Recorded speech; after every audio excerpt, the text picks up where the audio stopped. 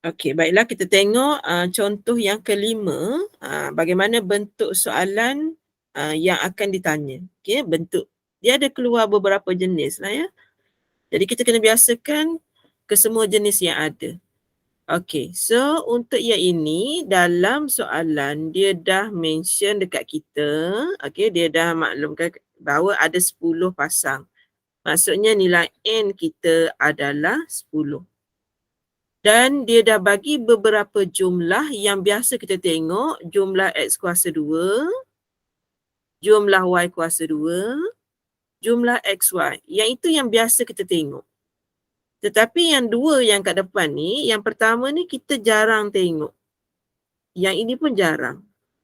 Jadi, Madam nak ajar macam mana kita nak handle kalau kita dapat soalan jenis macam ni. Okey, dalam tajuk 4, okay, kita belajar kalau kita nak cari min, rumusnya adalah jumlah X per dengan N. Itu tajuk 4. Tapi kita guna ni dalam tajuk 8. Jauh tu. Tapi prior knowledge tu kita kena gunalah. Jadi dalam soalan sekarang, dia dah bagi X bar itu bersamaan dengan 168. Dan kita nak cari jumlah X. Nilai N dah ada 10. Jadi nilai jumlah X sebenarnya bersamaan dengan 1680. Itu sebenarnya yang kita nak. Dan kita biasa tengok bentuk ini berbanding bentuk min. Okey. Perkara yang sama kita buat untuk Y bar di situ. Okey, jadi Y bar bersamaan dengan jumlah Y per dengan N. Okey, jumlah Y bar dibagi 80 bersamaan dengan kita nak cari jumlah Y, kita perkan dengan 10. Jadi dengan itu, jumlah Y bersamaan dengan 800.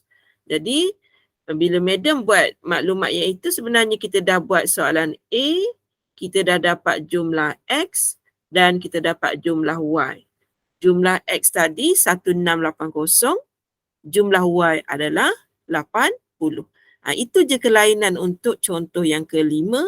Tetapi Madam akan ajar untuk kesemua soalan lah A, B, C, D semua sekali. Okey. So Madam dah tunjuk tadi. Macam mana nak dapat ni Madam dah tunjuk. Okay.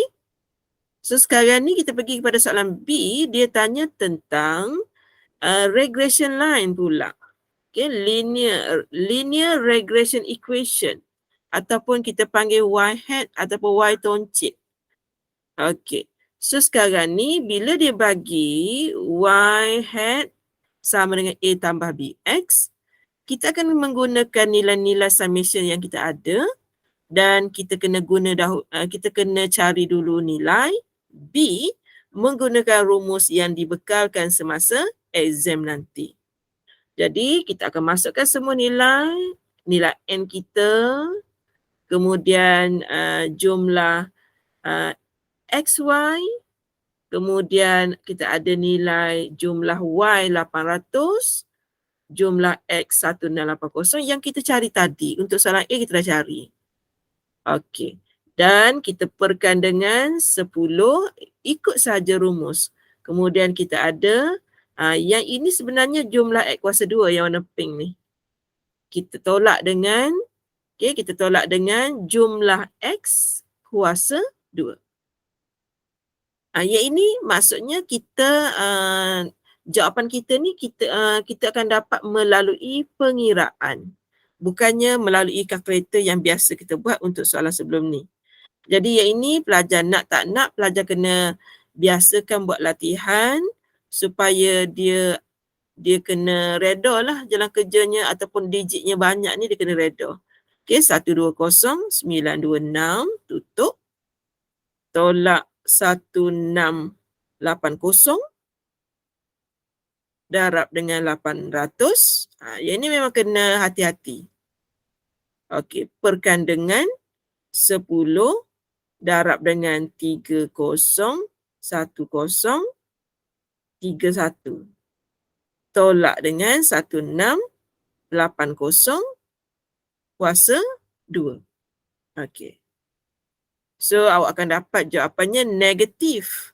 Okay, negatif 0.717. So, Madam dah dapat sekarang nilai nilai B. Nilai B ni penting sebab semasa kita nak kira nilai A nanti, kita akan ganti nilai itu. Okey. Cuma, semasa menggantikan, Madam menggunakan rumus yang kedua. Okay, rumus yang kedua iaitu nilai A bersamaan dengan min untuk Y tolak dengan nilai B darab dengan min X. Sebab tu dia jadi pendek sedikit. Kita dah ada nilai min untuk Y dan kita ada nilai min untuk X daripada soalan asal. Jadi di situ kita menggunakan secara terus. Tak perlu masukkan dalam rumus summation semua tu. Kita guna saja nilai ni jadi dia lebih mudah. Maka kita akan dapat jawapannya ialah 200.456. Kalau tak nak buat nombor kosong kat sini pun tak apa sebab yang tadi pun 3 decimal. So yang ini kalau nak padam nilai kosong di belakang pun tak apa. Okay, yang bilangan desimal ni bergantung kepada soalan nanti. Dia akan mention dalam soalan sama ada dia nak 3 decimal places ataupun 4 decimal places ataupun dia tak bagi tahu apa-apa. Jadi setelah awak dapat nilai B dengan A tu, susun dia dalam bentuk Y prime, Y hat sama dengan, kita salin nilai A dulu. Kemudian kebetulan nilai B kita negatif. Jadi negatif 0.717 X. Itulah dia jawapan untuk B. Okey. Kemudian untuk menjawab soalan C minta kita kira Pearson coefficient of correlation. Dia minta kita cari COC. Ada rumus. Okay? Ada rumus. Kita ganti sahaja nilai-nilai tu di dalam rumus. Nilai N seperti tadi. Kita ganti seperti tadi. Okay? Kemudian ganti dengan nilai X di situ. 1680. Kemudian kita ada jumlah Y 800. Dan di bawah tu ada ada set, okay? Ada punca kuasa di situ. Kalau kita perhatikan, saya buat warna biru ni. Di sini ada punca kuasa ni. Punca kuasa ni. Dan di dalam tu, yang biru ni adalah segala-galanya tentang X. Manakala yang warna kuning ni adalah data untuk Y. Daripada situ, nilai tadi 717 ni nilai B. Nilai pengiraan menggunakan kalkulator, yang ini pun kena berhati-hati. Jawapannya ada tanda negatif. Okay, negatif 0.774 berada dalam keadaan moderate. Okay, moderate negative linear relationship between the two variables. Tu variable ni awak tengoklah kepada soalan. Kalau dia uji tu tentang apa. Okay, soalan yang dia uji kat sini, dia tak mention X apa, Y apa. So, kita mention between two variables. Okay. Kemudian soalan D pula. Tadi dia tanya COC. Sekarang dia tanya COD. Lepas tu dia suruh kita interpret. Okey, kita ambil saja jawapan yang kita dapat seadanya dalam soalan C. Soalan C tadi, ini jawapan kita. Kita kuasa 2kan sahaja. Dan jawapan ni, lepas awak dapat R kuasa 2 ni, awak kena interpret dan nilai itu kena tukar jadi peratusan. 59.9%. Okay. Variation Y can be explained by the variation in X. And then lebihan dia, kalau kita ada 100, kita tolak je dengan 59.9. So kita dapat 40.1 lebihan dia tu, okay, of the variation Y can be explained by other factor.